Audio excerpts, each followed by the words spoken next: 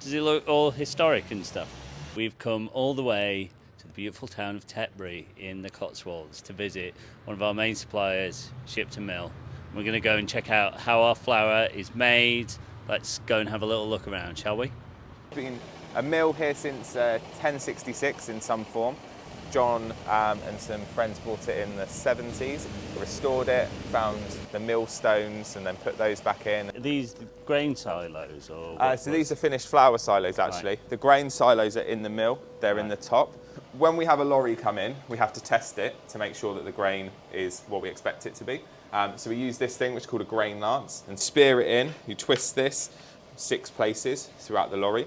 And we run it on this machine, which is called an NIR machine. We're looking at moisture content, make sure the moisture is not too high. Otherwise it can cause like storage issues and you get like a Fausty smell, get enzyme issues. We also look at protein and have a minimum protein that we need for a certain flour.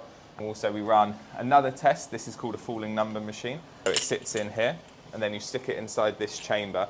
This is at 100 degrees. The flour water mix will gelatinize and so it will become more viscous. There's also an enzyme that's present within flour called alpha amylase, and that breaks starch down into sugar.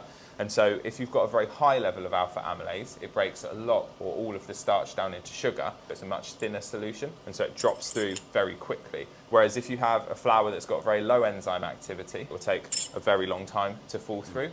So some mills will correct it by adding like fungal amylase or diastatic malt. We're like a non-additive mill, so we don't do that. We always test before we allow it to tip.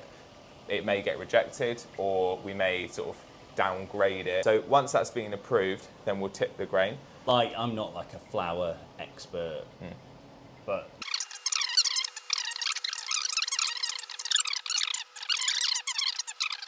Yeah. Okay.